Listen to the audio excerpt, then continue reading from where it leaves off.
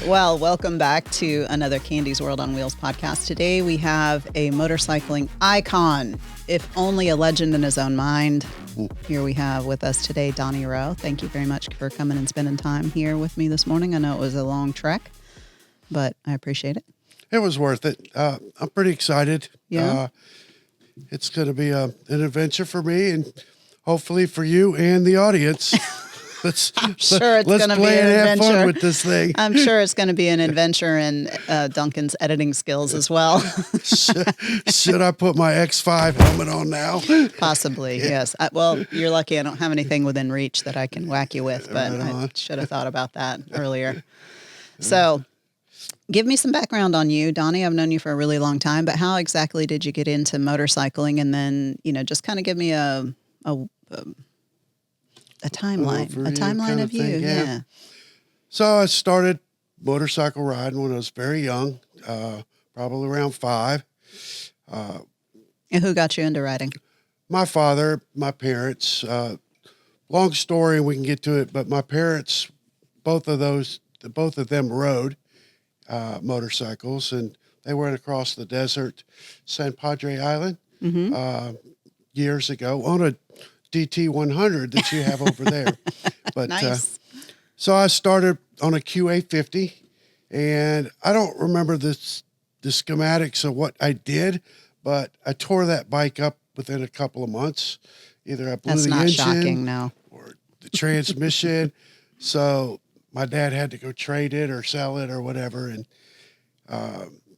he bought me a Z50, and then it about a year later, a SL70, a 72, which I still have the owner's identification card. Oh, that's cool. And the original key to that motorcycle, which is kind of cool because, we don't collect anything, but we collect a whole lot, you know, in the same context. But so that's where the motorcycling started.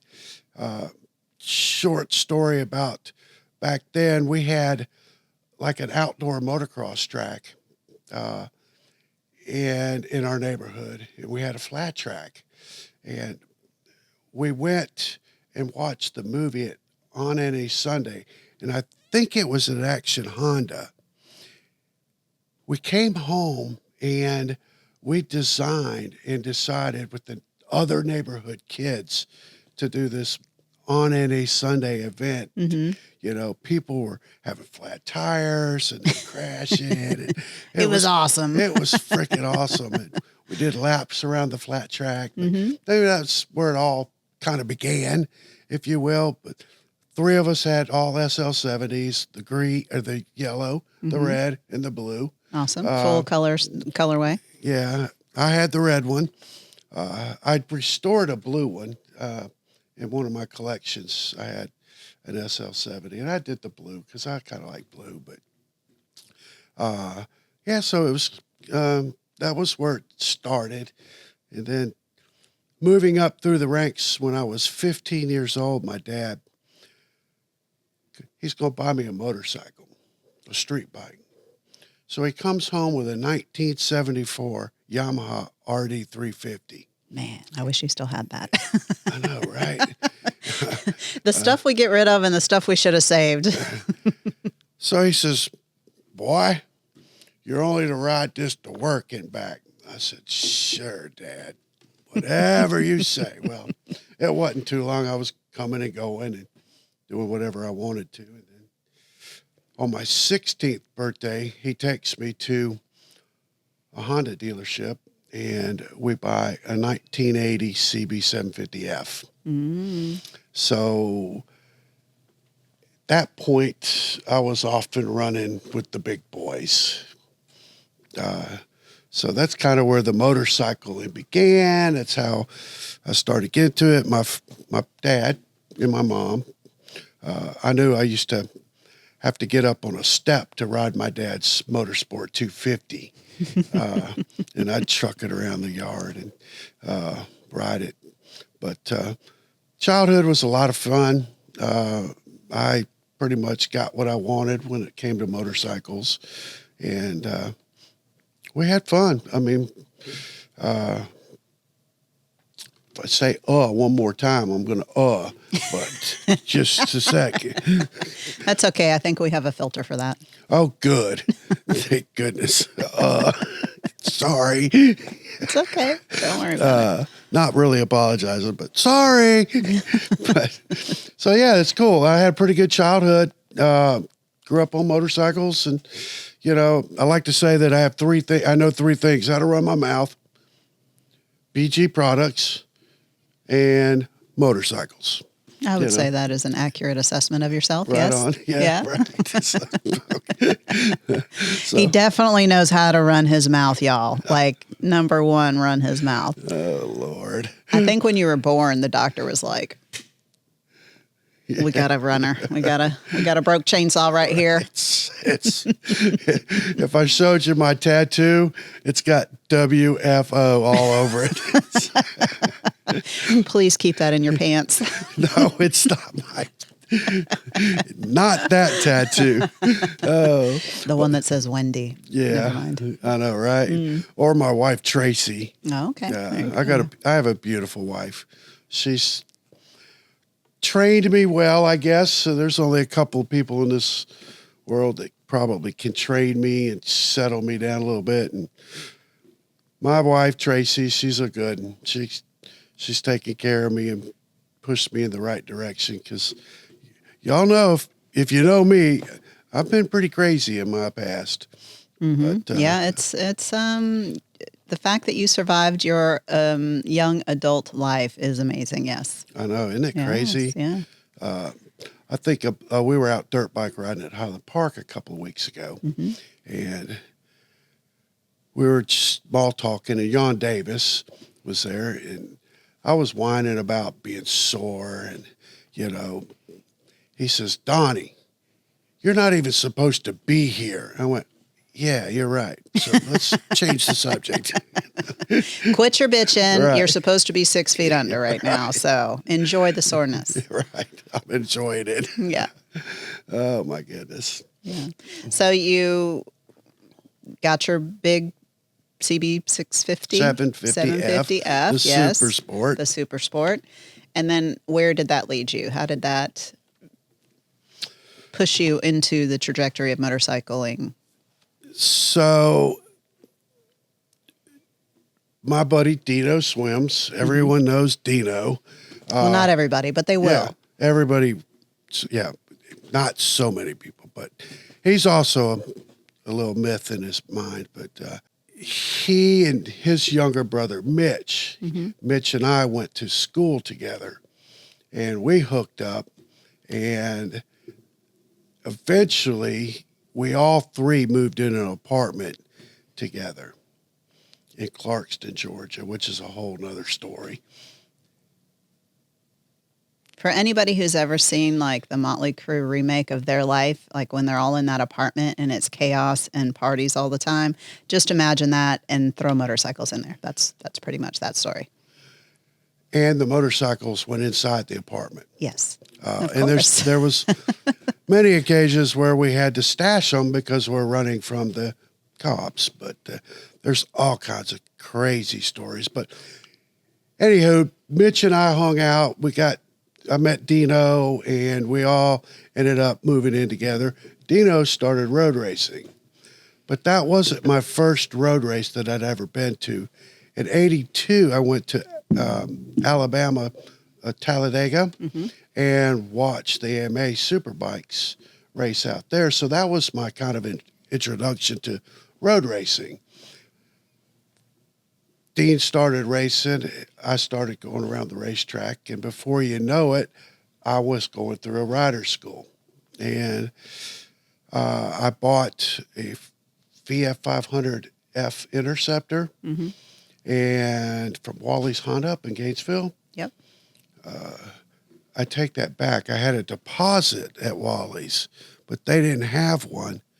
So Charles Sasser of Alrody Honda had Hey, one. Charlie. Yeah. Hey, Charles. He had one. I think Charles and Jan are probably responsible for selling thousands and thousands of people their first and second and third motorcycles and ATVs and scooters and dirt bikes. Very much so. Yes. My family bought like 17 bikes from the Alrody organization. Yeah. I lived, growing up when I was young, lived a bicycle pedal away from Grand Prix Honda on Buford Highway. And I used to go up there every year and look at their Christmas layaways because they lined them up with the last names tagged on them. And I knew what I was getting every year. So Christmas Eve, I couldn't sleep. Yeah, Dad, I'm sleeping. No, not really. But so I knew what was going on there. But so we bought a lot of motorcycles from Alrody organization. But that's how I got into road racing, was through Dean, for the most part, and I did a pretty good job, and I did marketing myself pretty well. And obviously, you're not going to get notoriety unless you're winning races. So I was winning some races, and Vic Fasola, he's a well-known tuner, and he was my original crew chief. So me, Dean, Ron Eworth were kind of under the Vic back in that day. And it was out of the Cycle Nuts and Bolts in Clarkston. So that little kind of hole in the wall shop was famed by these motorcycle racers. And Jan is very dear to my heart for all the help he gave me. And we were joking one time, and he says, Donnie, you're the only one that paid me back for the money that you borrowed. It's like, yeah. Jan, you could have an island right now if everybody always paid you back. He was always, still to this day, is too kind. I know, he really is. But so it was a lot of fun, a lot of great memories. You know, I don't live in the past, but you know, like today, it's nice to come visit the past, and, you know, we create memories. And unlike some of my friends that live in the past, we won't name them. But they know who they are. You know who you are. But it's nice to reminisce. People come up to me from time to time, and go, wow, we didn't know you used to do this, or you did that. It's like, yeah, just kind of trying to run underneath the radar for the most part. But now if you ask my wife, she'll tell you I'm an attention whore. He is, really, honestly. I know, she will agree with that. She's Tracy, you're with me, dear. Yeah. But you know, I could be, but I'm not so much anymore. I'm, you know, aging out of that. You know, I don't need that attention like I used to, I think, but it's still debatable. Yeah. Well, the past is what creates who you are today, and none of us can deny our past and how it shapes us and how it shapes our future. So, you know, it's one thing to live in the past, but you need to be here and you need to be looking forward. But it is all those things that shape you and give you perspective on things and hopefully help you grow. And, you know, realize what you need to do and what you don't need to do and things like that. So, well, you went from being a pretty quick guy on the racetrack, and then when did you get into the motorcycle industry? So after I finished my, so to speak, career in road racing, it was a privateer factory supported ride through Yamaha. It was, the team was called KO Racing. And in 1987, my teammate and I, we won the AMA Motor World U.S. Endurance Series GTU Championship, which back then they scored the points in both the classes GTO and GTU as the same. So we ended up in second place overall in that AMA series, 3 points behind Team Lockhart. Nice. So going into 1988, we were able to carry the number 2 plate, which was kind of cool. And we had a lot of fun doing that. I also raced for Ken Welty's team, Genesis Racing, in '88 as well. So that was in the WERA series and then the AMA US Endurance Series. But endurance racing was very popular back then. And it was, for me, it was a big bang for my buck because I didn't have to pay for a ride, you know. So, but. And in addition to him being an attention whore, he's kind of a cheap bastard too. Yeah, I was. I am. I am. That's why I have what I have today. But so, yeah, that's how the motorcycle career. And I walked away from racing at the end of '88 when my so-called contract was up. I just walked away from it. And it's funny because I'm not saying I was a real celebrity, but I was known. Yeah. And in my ego brain, I was somebody. And it's really weird that when you walk away and you're just a normal guy walking down the street, a lot of people struggle with that in pro sports, motorcycle racers. Yeah. When they walk away, there's such a void. And they don't know how to be themselves, in which direction they're going and who they are. You know, and there was a point where I did, you know, stumble who am I? What am I going to do? And struggled with that for a little bit, but motorcycles have been very good to me. I lived in an era where you could go sideways pretty quick with the extracurricular things that are out there. And that's still today. That's actually easier today. I think it really is easier today. And your doctors help you right away. Right.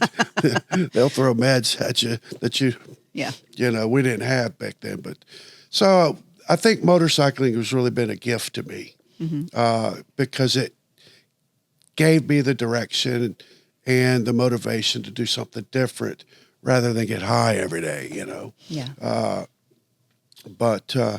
So yeah, I'm really fortunate that motorcycles are a part of my life, and they still are today. But it's kind of crazy when you think about it because you're walking out of something and then you're walking down the street and you're just somebody, and you know. So I struggled with that, but I ended up with a job at Honda of Atlanta on Buford Highway, and I was a parts guy. And that's scary. That's real scary. My claim to fame was turned the microfiche machine. Show me the part that you need. Yes. Later in years, when I got into management, I asked an FNG parts guy. So you know what this is then? Oh yeah, dude, that's so sweet. I just happen to have a drawer full of these right here. Oh, we just need the machine. I have it too. Oh, good. I have all kinds of that doesn't doubt useless me. stuff, but yeah. Oh my gosh, it's fun. I asked the parts guy. This is back when I went into more management with the motorcycle retail business. But I asked the new parts guy to look me up a piston return spring, and he's like, there. I can't find it. I felt so bad. That's so mean. I felt so bad because the waffle bearing on the exhaust, right? You know, the blinker fluid, whatever. But you know. Oh, you know what I do miss? I have it. I know I have it somewhere, but I have this little package, and it has a rubber band in it. And it was sold by Amco or something, and it's a power band. You could actually buy a power band. Yeah. And I used to sell those at one of the places just as a little joke. I'm like, yeah, you just put it on your bike and it gives you power. Yeah, I think I remember those. You remember things. that? Yeah. I used to sell quite a few little jokey things, but people don't get it anymore. Right. You know, it's not as the inside jokes aren't as prevalent anymore because it's not as you're talking about how you felt when you left racing. The industry itself, I think, used to lend itself to having a different feeling. And it may still feel that way for some people, but it's like it's something a little different. It's a little special, and it makes you feel like you're a part of something. And over the course of the last couple of decades, I've noticed that it's become more sterilized, with the big corporations buying up dealerships and kind of turning them into more like just a retail store and not an enthusiast kind of thing. Correct. Because it used to be that it was racers who worked at the parts counter and sold motorcycles, and it was the supercross and the motocross and the enduro people that all worked in stores.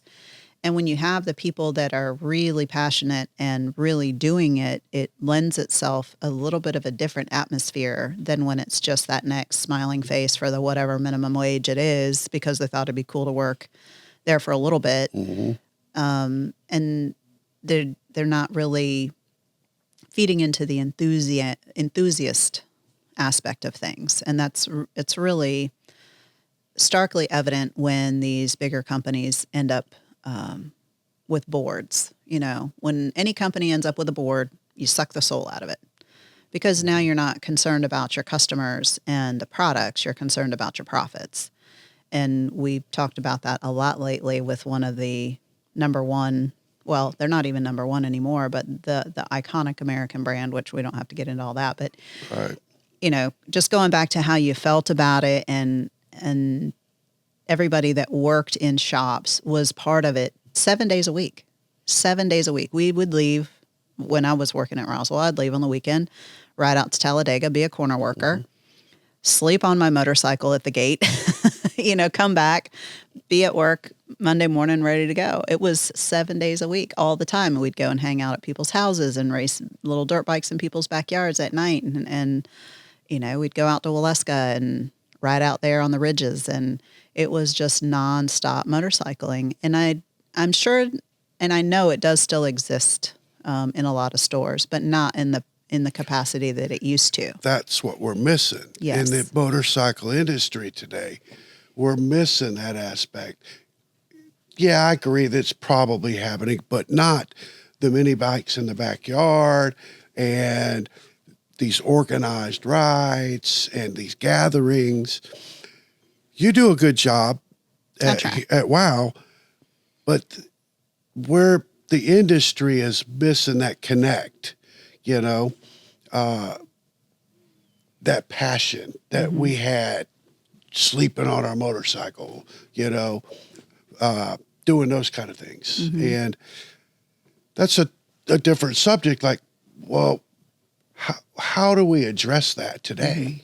Well, they try. It's just, I don't know. I don't know if it's the digital age and everything just looks so packaged and glossy, and it's like the organic, gritty feel of things is just hard to get now because, if you're going to make an ad, you're not just going to be like, here, let me scratch this on a piece of paper like we used to. If we were having an event, we would literally like write something on a piece of paper and photocopy the crap out of it and then just go hand it out to people, before there was Word and Adobe and all this. And that you just can't replicate unless that's what you actually do, unless you actually just go back to just very basic grassroots type things.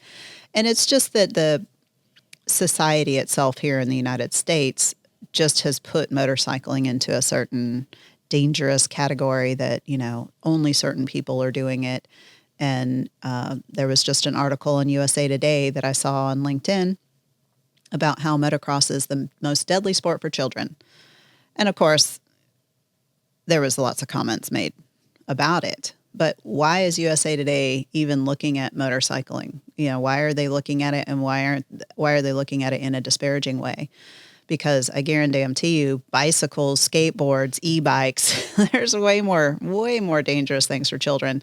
Choking hazards, so it's kind of weird to see that there's been a lot of negative press the last couple of years about motorcycling, about the noise they make on the roads. Harley was being sued by a group out of, I think it was either Utah or Nevada. One of the dealerships was being sued for putting aftermarket pipes on for polluting the air with noise and things like that. And I think, unless the case is not settled yet, I feel like those people won that case. And, it's just unusual to kind of watch these things and just see that it's just putting motorcycling continually in a negative light. And I would like for it to be pushed into a more positive light, because for teenagers and young adults, if they need to save on fuel and monthly payments on cars and insurance, motorcycling is a great way to commute.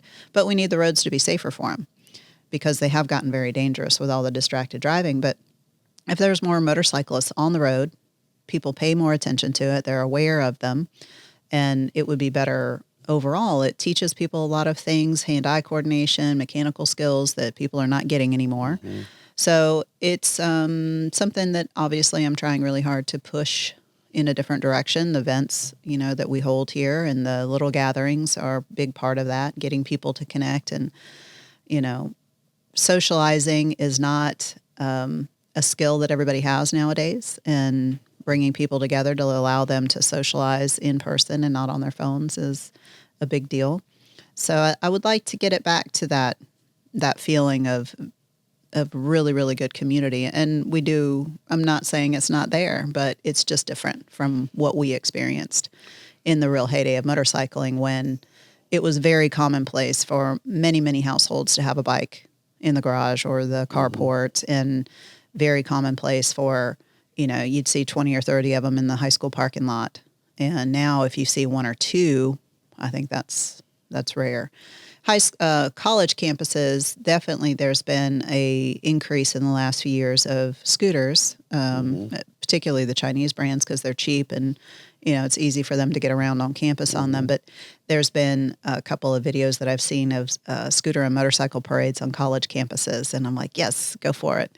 So one of the ideas we have as WOW is to sponsor motorcycle clubs on all the college campuses. So hello, anybody interested, let me know, and we'll definitely figure out something, get you pizza and something every month. Or, we really need to get more two wheels on the road, because that just helps everybody. If it's just one or two every now and then, you're not building that awareness of car drivers. So, it starts very, very basic, getting people trained, getting people exposed to them, and allowing them to get the motorcycling into their soul and into their blood to where they don't ever want to let it go, because it is one of the best feelings of freedom and just, like flying. It is. Most people, when you ask them, what is it that you love about it? Well, what is it that you love about it, Donnie? How does it make you feel? How did riding a motorcycle make you feel? Well, freedom is the key word. It gives you a sense of freedom to be on two wheels, the wind, the air. But, I want to go back to the motorcycle safety. And statistically, and I might be aging out on this, but let's say this: facts are always forgotten, right? Stories are always retold. And that's the way I kind of live my life, because people like to hear stories. Statistics. People don't want to hear statistics, but statistically, riding a motorcycle is no more dangerous than the example you use: ride a bicycle, a skateboard, playing pro football sports, or youth football, recreational football. Those are all dangerous, right? Mm-hmm. But we lose sight of those statistics of these kids playing youth ball, rec ball, pro football players, and the dangers and the repercussions they have compared to us. I don't really think it's too much more dangerous if you have the right education. And you use the word education. That's what I used to do when I worked retail. I would take people like at Roswell and take them down the street to the church, and I would teach them how to look, where to look. When you're riding beside a car, those front wheels are not going to lead you astray on what direction that car's going in. The side mirror. You can see people look in that side mirror before they change lanes. Those are the if they do that. And they still do it because I exercise all of this of my training when I ride on the street. And I don't feel like it's a danger. I'm educated, and I'm not thumping to a bunch of music in my headset either. I'm focused on riding when it's congested out there and paying attention to what's going on around me. Yeah. And that's where we lack the education of, yes, we could teach them one thing, but like the front wheels, they're not going to lie. If those wheels start to bend left, they're coming. Yeah. So you see it now that you can react in a proactive instead of a reactive mannerism. But, I used to take, and I pride myself in teaching people how to ride a motorcycle. In this parking lot at the church, I took a can of spray paint and made a circle, and I sprayed it, and I made people stop on that circle. Did you ask the church? No, of course I didn't. I'm a rule breaker. But it was only a little 2-inch, but I'd go there and I'd make them do figure eights, their heads up, where are you looking, and speak to them. And then we'd go back to the dealership and they'd take delivery. But they left there with a better education, some knowledge of what to look for when you're riding a motorcycle. Yeah. But I believe it still revolves around education with crashing. People go up to the mountains every day. They crash. Why? Because they're doing something wrong, But a lot of it is anticipation up there as they are going way too fast for conditions and with those tight roads that we have here and you cannot see around the curve. Yeah, it's great to pretend like there's nothing on the other side of that hill. But, especially with the different seasons, temperatures, gravel washout, previous accidents that leave oil in the road, there's so many things up there that can be, an accident-causing hazard. And a lot of people get up there spring and fall and don't anticipate the cold asphalt. And they go ripping through there like it's summer and 90 degrees, and it's a different environment for your tires to grip the road. And that's the one thing that once I figured that out, I had always shared that with people that I knew would go riding. The first warm day down here, in Marietta, it's still not warm up there, and the ground is still super cold. So you may feel like, oh, it's 80, let's go. First day in April, it's 80, let's go. Well, it's still 45 and less up there every night, and you get up there and the ground is cold. Ground's cold. Something that people don't think about.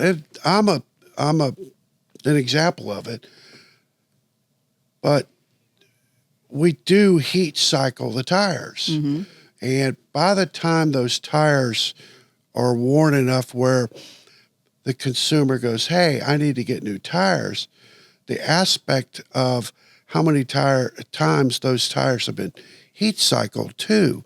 Now you're losing that adhesion aspect, but it is. I'm saying this from recent experience. It is not sustainable to ride those mountains or anywhere like you're on a racetrack. It will bite you in the ass. I'm telling you. He's speaking from experience, y'all. I'm speaking. Learn from the old folks. We have the stories to tell. Right. I raced motorcycles and grew up on motorcycles. Never broke a bone in my body. Until. Yeah. 112 mile an hour. Let's go off the side of the mountain. Well, yeah. The mountains are not a racetrack. The funny part about that is... It's produced a lot of fast racers, though. That's for sure. Lots of fast guys. And that's where we got our training back in the 80s. Yeah. I was telling Duncan earlier that you can it's not sustainable to do what I was doing. I didn't ride motorcycles on the street for 30 years. I collected them, but I'd do some wheelies and stoppies around the neighborhood before the cops caught me. But I never really did ride. And I bought this motorcycle, and I knew what I was doing. And I told my wife, I said, I'm in trouble. She goes, well, what are you in trouble? I said, because I'm treating these mountain roads like my personal racetrack, and it's not sustainable. I knew what I was doing. And the tires just it's heat cycled one too many times, and I lost front end grip. Yep. But that's another story.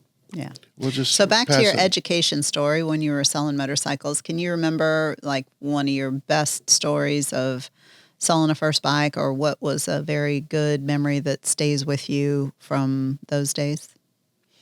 I found a lot of joy, and I think you might agree. It wasn't really joy, but people would want to come in and buy their 10-year-old with 300 ATV. No, we're not doing that. Yeah. Some 16-year-old kid wanted to buy a 1990 CBR 1000. No, we're not doing that. Yeah. I found joy in educating them and letting them know exactly what the results are of purchasing something like that. And one, I wasn't going to do it. I kind of had to put my head down. It wasn't worth it to me. Put my head down on the pillow at night and be able to rest like I was doing something honorable and ethically correct. But that was educating them to go to the next dealership, and they probably went down the street and bought it anyways. But I didn't have that burden on me. Mm-hmm. There's a kid comes to mind.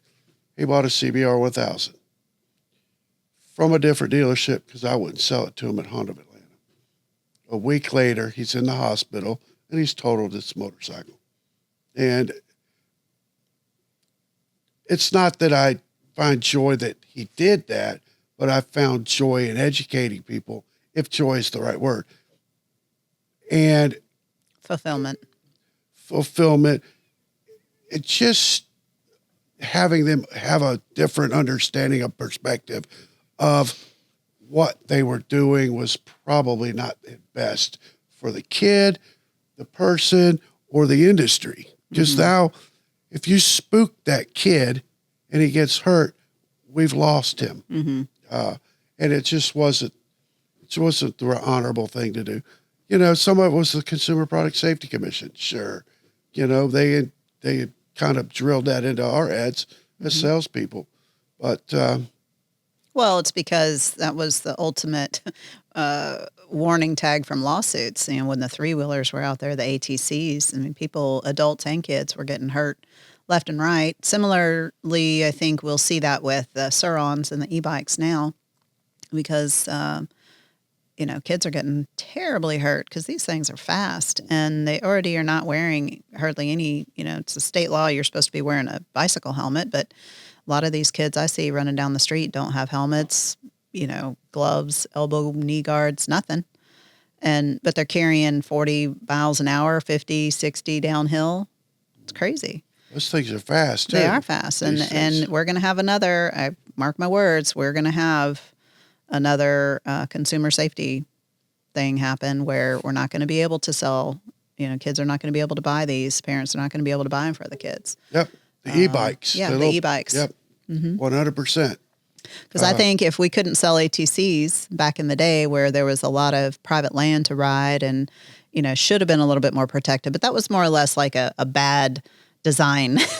It's just a bad design flaw with these e-bikes. They're sold everywhere. You can order them online. You can buy them at Walmart. You can, have them arrive at your door, and there's nothing stopping anybody from putting those into the hands of kids that have no concept of going fast, besides how fast they could have previously pedal on their other bicycle.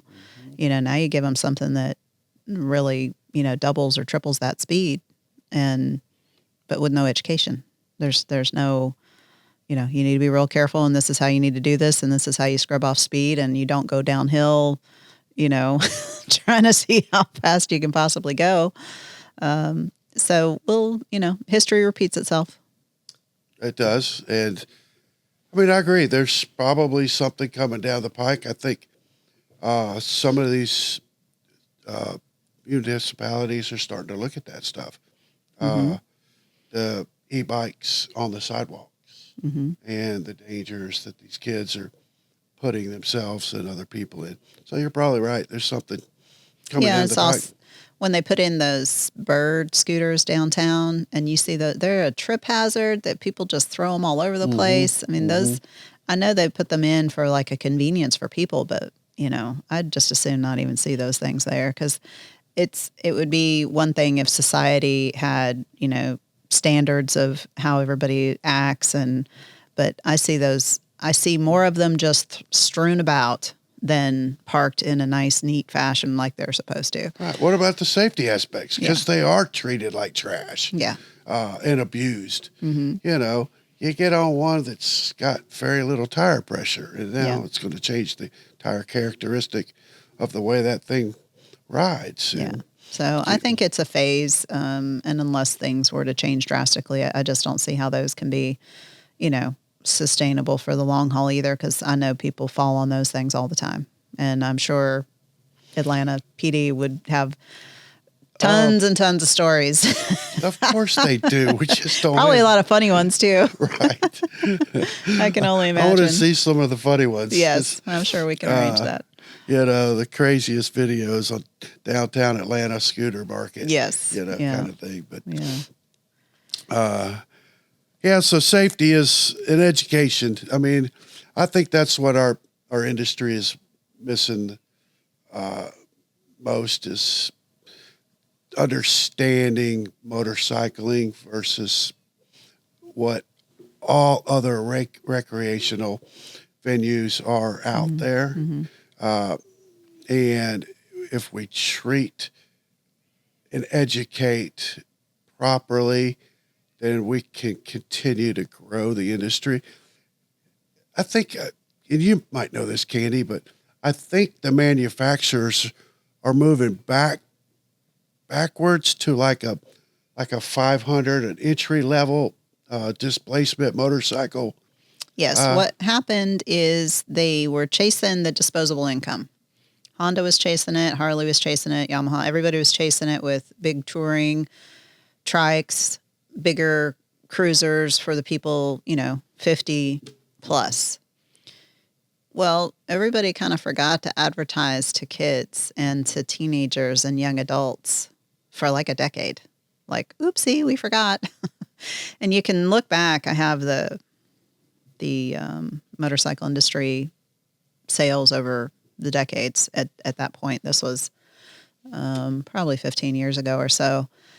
And all the manufacturers kind of realized about the same time, like, we don't have any entry level people coming in, because if you look at it in the 70s, the 60s and 70s, the biggest group, the percentage of the riders were 18 to 20. And I'm just guessing at these, right. This is not specific, but it was like the 18 to 24 group was, say, like 30% of overall riders. And then you take that 30% and you see you see that 30% moving over the timeline, because it was the same kids. Correct. It wasn't like we got a group, 30% of 34 to 44-year-olds. No, it's these guys who came here and then here and then here. So the manufacturers are just chasing that group. The baby boomers. Right. Because why? Because they started riding when they were young, and they got into their blood, and they always had a bike, any kind of motorcycle, ATV, dirt bike, whatever. But what they forgot was we needed to create them. We needed to plant the seeds. So everybody got busy, and that's where you saw, Honda brings out the Grom, and then Kawasaki's to follow, then, a bunch of the entry-level 125s, smaller displacements, lesser expensive, because also that was the other thing, is motorcycles got damn expensive. Damn expensive. And I remember when the CBR 600 went to $49.99 as a retail price, and at the time I was 20, maybe. I'm like, there's no way anybody's ever going to be able to afford that. No way. And they're never going to sell any, because that's way too expensive. Because in my mind then, being a young, broke individual eating ramen noodles all the time, I couldn't see how I could afford it. And I worked in the industry. So I was like, this is going to kill motorcycling. And I don't know whether it did or didn't, but I can tell you right now, as somebody who buys them and sells them, I am shocked always at how expensive these things are. Because here in the U.S., it's a toy. It is not a necessary, mandatory form of transportation. It's not a primary mode. So it puts it in even more of a toy category, especially the last few years where, fuel's been high, utilities have been high, food's been higher. It kind of eats up that 20% of people's kind of disposable income if they have that at that much of a percentage. So a lot of people have not been able to afford to have the toy, but we ran some marketing campaigns 2 years ago when we realized a lot of people got in over their heads on huge car payments and truck payments during COVID. Sell that expensive $1,000 a month payment, get rid of that, get a motorcycle, cut it in a fraction of that between insurance, your payment, fuel, service needs. I mean, people could save hundreds of dollars a month by just getting rid of that expensive car, if their lifestyle can afford it. Right. Because when we did that, I don't know if you remember, I didn't have a car for like 2 years. I rode every day. Yep. We didn't have Uber. We didn't have the $19.99 rent a U-Haul truck. We didn't have food delivery. We didn't have grocery delivery. Everything we did was on the bike. Mm-hmm. And all of us did it. Rain, shine, sleet, or snow. Right. We were there. I had the Michelin Man suit, my winter suit that I'd wear all the time. The throat coat. Yep. Yes. The balaclavas, not baklava, balaclavas. And it's so much easier today in certain regards to ride a motorcycle as your main source of transportation because there's so many other creature comforts that we didn't have when we did it all the time. So I would like to see that, people consider doing that and make it more affordable for themselves. But they could save like a bunch of money doing it because the cars, my whole idea of that marketing campaign started when I was talking to my son about what he wanted as his first car. And we had been seeing the Broncos, the blue one. He's like, I think I want one of those Broncos. So I had no idea how much they were. I mean, they could have been $25,000 or $100,000. I had no idea at all because I just hadn't been looking at that kind of vehicle at all. So I look it up and I'm like, man, these things are expensive. Right. And I look at the monthly payment and I'm like, we see like 20 of these every single morning. You're telling me that all these people passing by us are paying $700, $800, $900, $1,000 a month for these things? No way. And I started researching it more. And then we looked at a Kia Soul, and I think even a Kia Soul, like their cheapest base model is going to run like $349 a month. And that's before you get in the box and do all the signing. So I'm thinking like even the little Kia Souls are probably like $425, $450 a month. I don't know. Maybe people get different deals and they make them a little more affordable. But then I was like, what's our average monthly payment on a motorcycle? What are we looking at? A couple $100. I would say somewhere in the neighborhood of $200 to $250. Right. Yeah. And of course it all depends on what you get and how long you finance it for. But it's like, man, so somebody could save, like if they've got an $800 a month payment plus the insurance and, more fuel cost, you're $600, $700, who knows, depending on a month. And do the math. Yeah. Kind of thing. Yeah. There's a lot of money or a lot of competition for that recreational dollar as well. Yeah, but I would like for it to not be thought of as recreational dollars. I would like for it to be thought of as I'm doing this to save myself a bunch of money and be smart about my commute every day, because again, if it's raining and you don't want to ride because you don't want to ride in the rain or you have to go pick stuff up, get an Uber, for that one time. Right. It's not going to offset your cost that much money every month to where it makes it too expensive.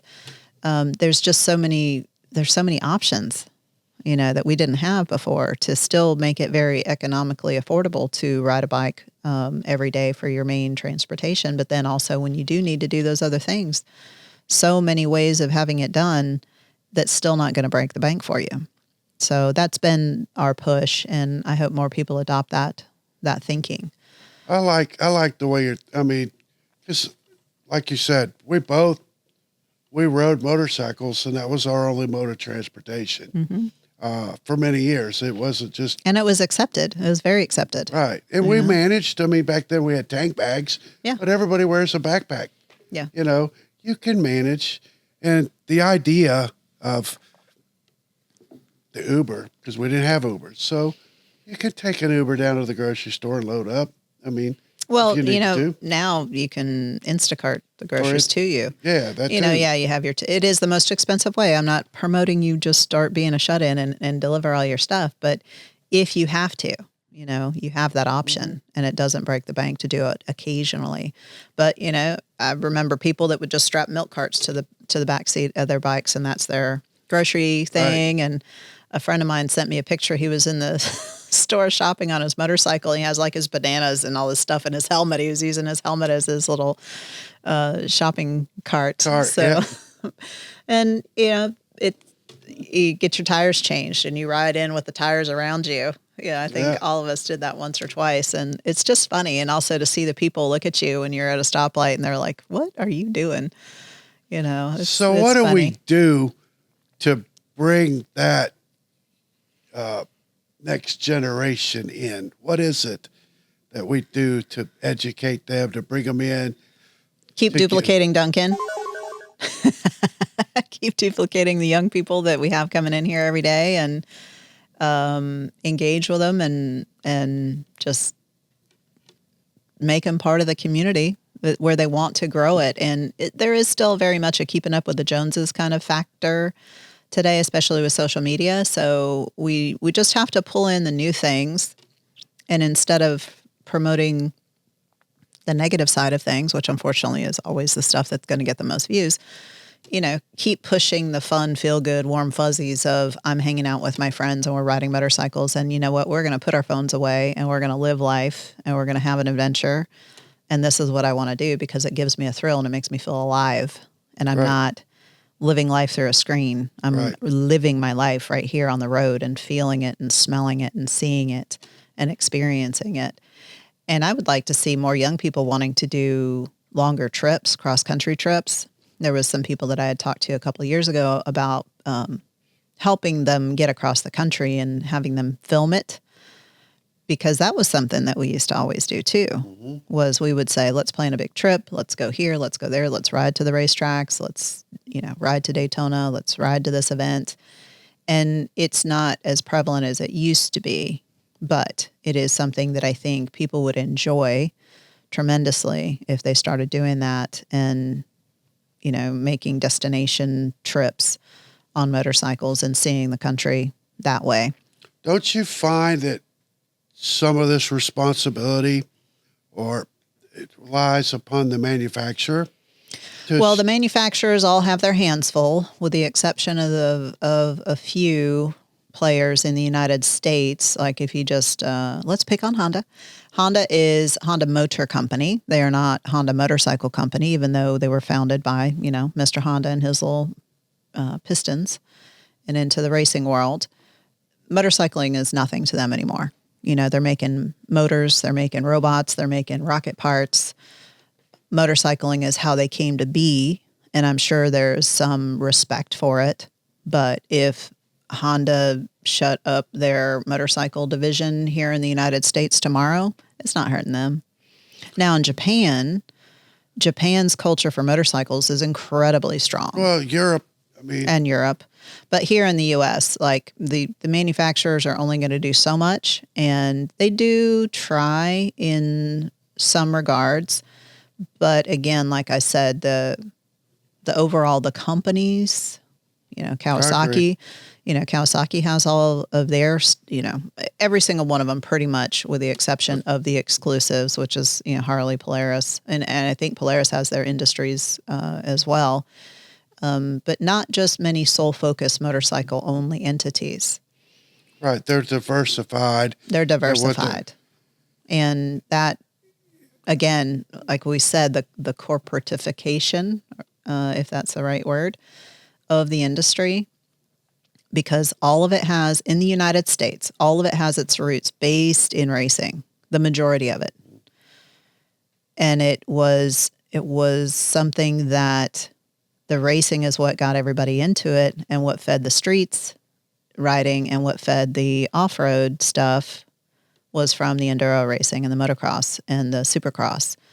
And that saying of what wins on Sunday sold on Monday, that really fed our industry. It wasn't like in the other countries where it was fed by the need of a transportation vehicle. Right. So here it was just founded off of fun, and a little bit of it was economical at the time because it was just more accepted, you know.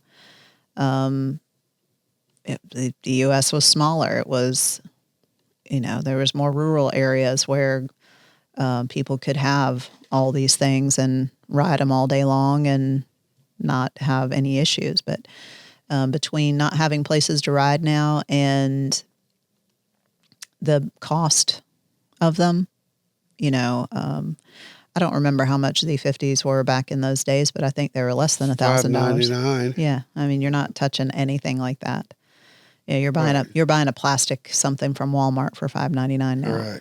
And I just don't know if it wouldn't behoove some of the manufacturers to really bring in some stuff really inexpensively that is still good quality, you know, for people to get into it. Because I know they can make very, very basic stuff. You know, they've gotten way too caught up in the tech editions of motorcycling. And anytime you add another piece of tech, you add one more complication, one more problem, one more troubleshooting thing. Let's just bring one more dollar sign. Yeah. I mean, one more dollar sign. And if you go to other countries and you see what they have the same old basic stuff. Lots of carbureted stuff, you know, things that you can fix on the side of the road if you have to, and you're mechanically inclined, you can get it going. But nowadays you take half the vehicles that are on that showroom floor and you have a dead battery, you have a problem on the side of the road, you're not fixing it. Nope. They're too electric. You're not they've got way too many components. Yeah. So I'd like to see them. I'd like to see the manufacturers who really are interested in getting the motorcycling industry back to its heyday, bring in some very good affordable units that people can ride, that are very easy to take care of, and not make it to where you have to operate everything from your frickin' cell phone. You know, it's like, just give me a key, give me a push button. You know, fuel inject it. That's about as far as I want to go. But the rest of it, just leave it all basic. Well, I must admit, that's what I wanted out of my dirt bike. But check this out, though, really. So people want to ditch on these Chinese manufacturers and their builds. But that's exactly what we're talking about, because they're bringing motorcycles, they're entry-level style bikes that are price point marketed. Yep. The difference between those motorcycles today and 10 years ago is vastly different, but their price points are still very attractive. Right. Yeah, they have changed tremendously. The quality of the Asian products that are coming in, let's call it the B and C tier, they have really changed a lot. And they had a terrible name for the longest time because you'd buy it, you'd take it home, it'd break immediately, and nobody had parts for it. And you couldn't get parts for it. Yeah. So the quality of the parts have come up tremendously, and it is something that I still don't think 20 years later somebody's going to look back and go, I really want to put my Dongfeng first motorcycle in my garage and stare at it. I don't know that it's going to have that kind of nostalgia. CF Moto might. They've come a long way. They're really, really making some headway, and they have some good looking bikes. Yeah. But it's like some of the, the brands that are just abbreviated letters that really don't have any personality to them. I just don't see them having a legacy. And that's the downside of it.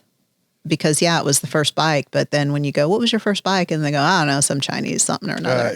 You're not really cementing in that beautiful memory like you and your QA50. Like, it was a Honda QA50 and I remember it well. It was this and this and this. And it, I tore it up.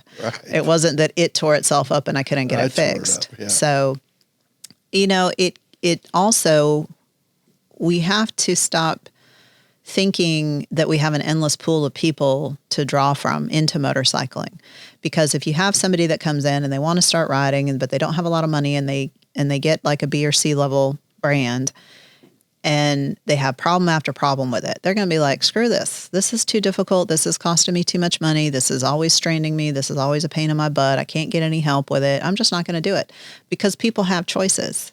People have tons of choices. That's the recreational dollar we're fighting for. Correct. And even if they're trying to do it the right way, where they want to use it for their transportation, if they call, us and the other stores around town, and they say, I have a XYZ motorcycle and I needed this for it, and everybody's like, nope, sorry, we don't have that, can't get it. Nope, nope, nope, nope, nope. It's just going to put them off, and they're going to just say, forget it, because it's too hard.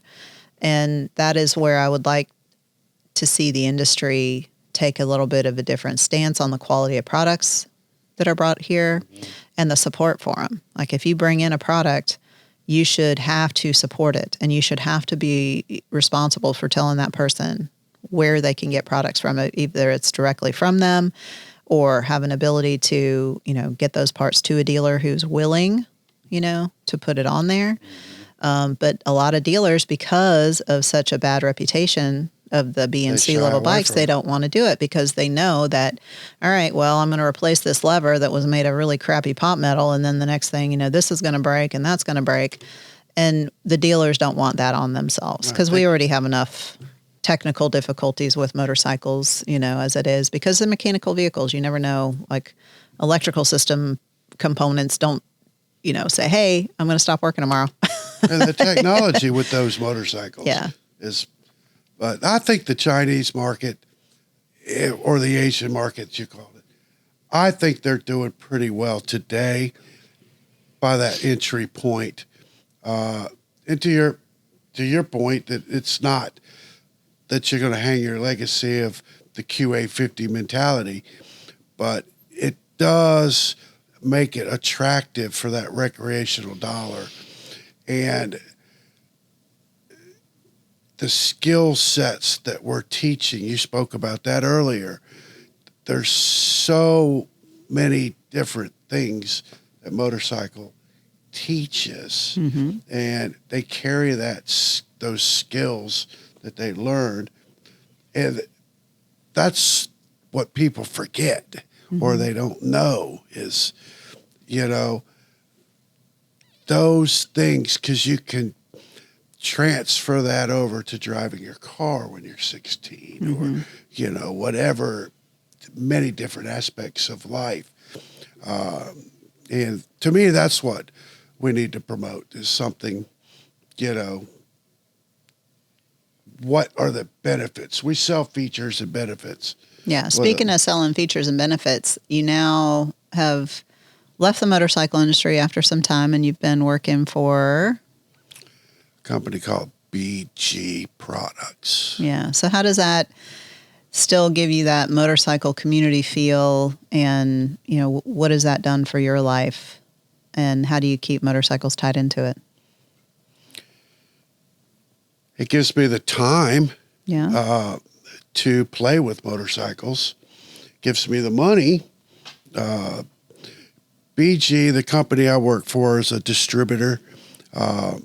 It's here in Kennesaw, Georgia, Primico Incorporated. And it's been a very good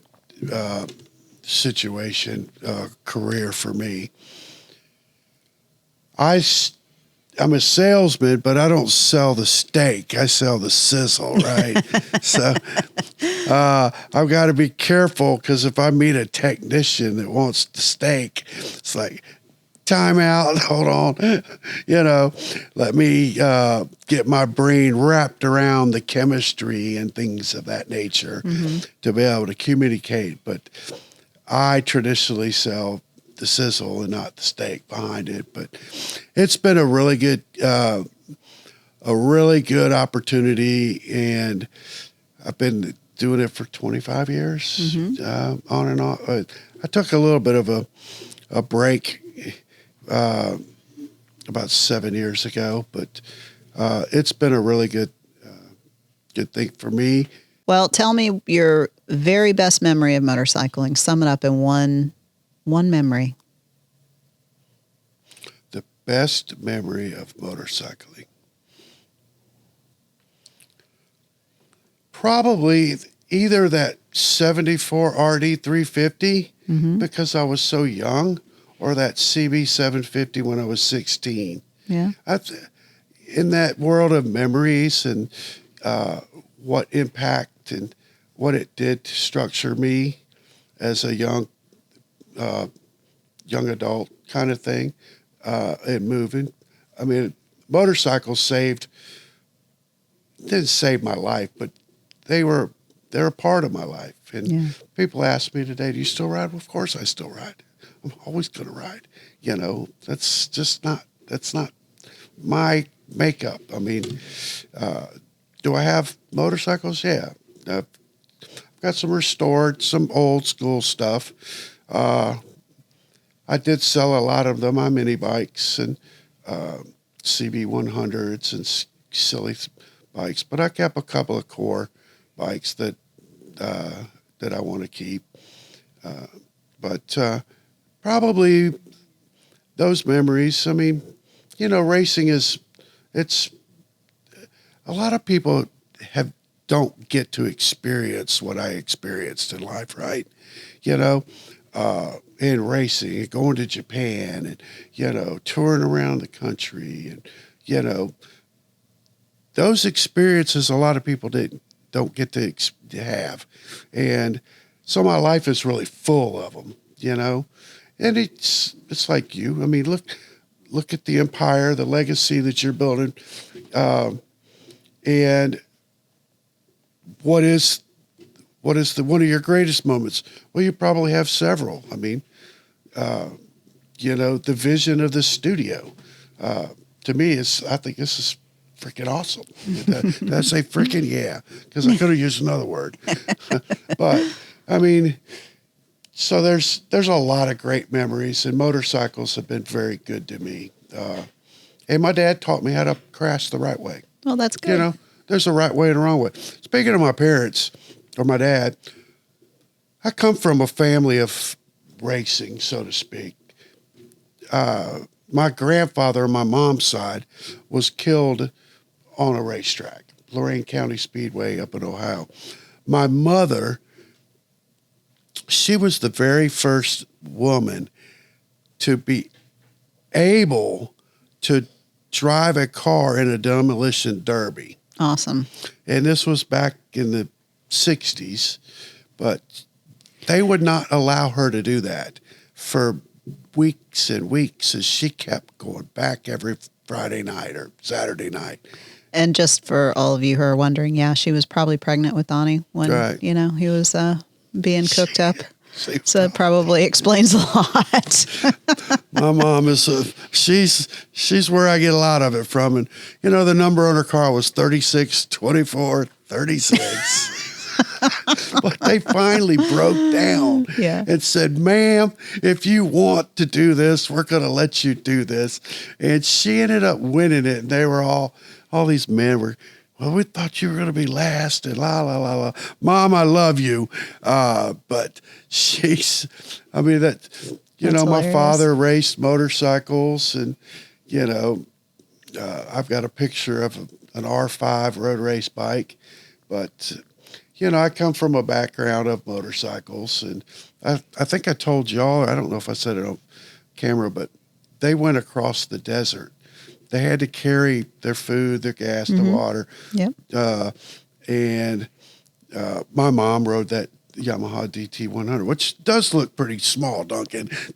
Comparatively, it's like, Mom, I'm going to go home and ask her, did you really ride that thing? Uh-huh. But, they wake up the next morning, some motorcycles are covered in sand and crazy stuff. But my parents were pretty much motorcycle enthusiasts, and that's probably, where I got it from. It is. Yes, for sure. But it was kind of crazy. But that's a little bit of history about my parents, and where I've got it from. But motorcycles are my life, and I want to stay connected. And as I lead into more of a retirement mode, I'm looking for that application Yeah. to keep me connected, because you got to be stimulated, right? Mm-hmm. You know, it's otherwise you're going to shrivel up, and but so what am I going to do?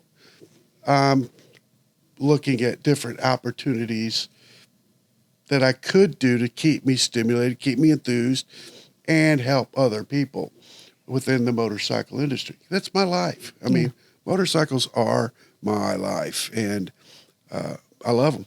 Yeah. It's kind of crazy. No, it's okay. I mean, what do you think about MotoAmerica? I mean, how do you think they do in promoting? Listen, you and I, we're kind of promoters, we're kind of marketing guys, or gals. But, I mean, what do you think about MotoAmerica and the way they're promoting and marketing? They're doing it in a way that is different to your brain and my brain from what we came from. They're doing a very good job of it. You just don't see it because it's digital. It's different. They do have quite a viewership. They just don't have the big kahuna. They just don't have that kind of thing anymore. And it goes to the change in how people are interacting with motorcycling. Mm-hmm. So they have come a long way in a different way. And it's just nothing that you can go to the racetrack and see, because it goes through the cameras and onto a computer and onto somebody's screen now. Mm-hmm. And we really would like to see crowd participation, because that is still very, very prominent in some racetracks here, but also in other countries where it's jam-packed, sold out, the thing to do. Mm-hmm. So it is getting there. It's getting back to that. And it just went through, like everything else, it went through its little turbulent time. And I think if you look at it from a little bit of a different perspective, you'd realize that they are doing probably more than you think, because you're seeing it from the physical aspect and the side of the racetrack, but you're not seeing the reach that it has, because they don't, unless you really get into it, it's hard to see how many people watch it online. And, that's the part that we're missing. Because of the Boulevard thing, Mm-hmm. Well, we're going to get into that with our next guest. So, I know some of the stats on that aspect that you're talking about, and it works very well, and they've done very well. Obviously I'm a MotoAmerica fan. Yes. And I've been around it, but to your point, the viewership streaming and worldwide is very, very large. Yeah. The Europeans do tune in, that market is strong because they want to see they live over there. We want to come race in America. We want to know what's going on over there. It's very strong. Yeah. And they've done a very good job with that and to bringing that in-house, kind of like you've done here. Yeah. With this platform, bringing it in-house and growing it. Yeah. So, well, they're on a way different level than us. That's for sure. But it's, everything takes its time. But it was nothing in 2015. Yeah. It was everything nothing. Takes its time. So. And they've done a really good job. I mean, 2 racetracks this past year beat their all-time attendance records, which was one MotoAmerica and Mid-Ohio. Yeah. And that kind of hurt my feelings because I'm a kind of a promoter of Road Atlanta. Yeah. But they did really well. Mm-hmm.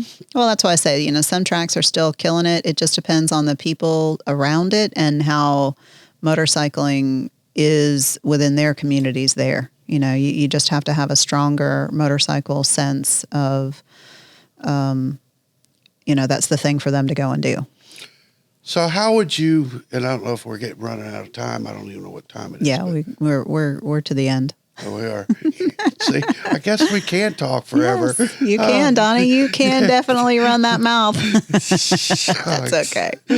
But it won't, we can cut it off and start up again with the wardrobe change. Yeah, But we could, because you're a promoter. It's just bouncing things, ideas, and thoughts. You know, you've done very well building this brand. And remember, it's Candy's World on Wheels. Not Candyland. It's not Candyland, no. It is not Candyland. But that's a toy from the 1970s. Yes, it is. Oh, my gosh. But, you know, interesting to pick your brain a little bit about, you know, one thing, and we can bring this back up again, but people in the Harley Davidson market, and I'm not segregating them, but they love to ride, and they love to ride for a charity or a fundraiser or something of that nature.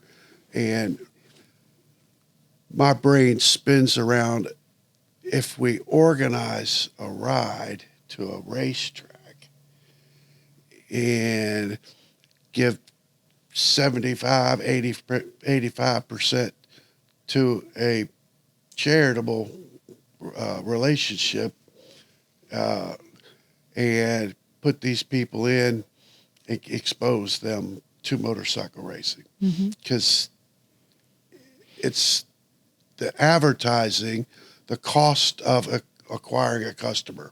Yeah. You know, whether it be $9 or $12, you know, there's different numbers out there to acquire a customer. And, you know, that would hopefully be banking on the future to bring those people back. You know, my idea has been for the last 12 years is to bring the non-motorcyclist to the racetrack. No, that's what we're trying to do. But we're going to talk about that later. Okay, I do appreciate you coming in, and it's been great going down memory lane with you. And we're going to see you back here real soon. Thank you for having me. And, dude, you're so awesome. Candy, we got to talk about the boot sometime too. We'll get to the boot. We'll get to the boot. Yeah. Y'all have a great week. All right. Thanks for joining us, right? Yep. Thanks for tuning in. We'll see you again soon.